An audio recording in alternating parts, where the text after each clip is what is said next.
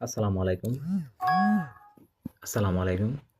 তো আমি আপনাদেরকে দেখাবো ফজর ফাইটার কিভাবে ইউজ করবেন। আপনি যদি হোম পেজে যান, হোম পেজে যাওয়ার পরে নতুন যদি রেজিস্ট্রেশন করতে চান তাহলে এখানেই যুক্ত হন। এখনই যুক্ত হন এটাতে ক্লিক করবেন। ক্লিক করার পরে এরকম আসবে। আপনার যদি রেজিস্ট্রেশন করতে হয় নতুন করে তাহলে এটাতে ক্লিক করবেন। তাহলে আপনি রেজিস্ট্রেশন করতে পারবেন।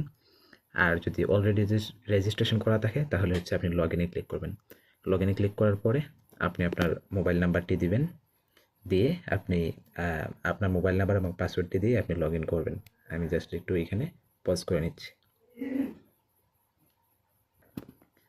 লগ ইন করার পরে আপনার সামনে এই আপনার প্রোফাইলটি চলে আসবে।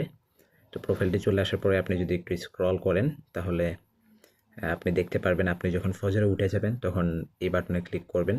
এখন ফজরের সময় যখন হবে তখন আপনি এটাতে ক্লিক করতে পারবেন। ঠিক আছে?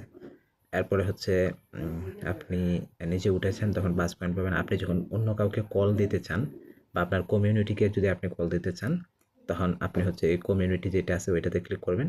আর আপনি যদি সবাইকে কল দিতে চান, মানে আপনার যদি কমিউনিটি না থাকে, জনসাধারণ যারা আছে সবাইকে কল দিতে চান, তখন আপনি এই সাধারণ যেটা আছে এটার মধ্যে আপনি ক্লিক করবেন। এখানে আপনি যদি ফিমেল হন, আপনার সামনে ফিমেলদের নাম্বার আসবে।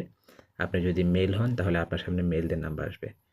সো এখানে চিন্তা করার ব্যাপার না যে এখানে কার নাম্বার আসবে।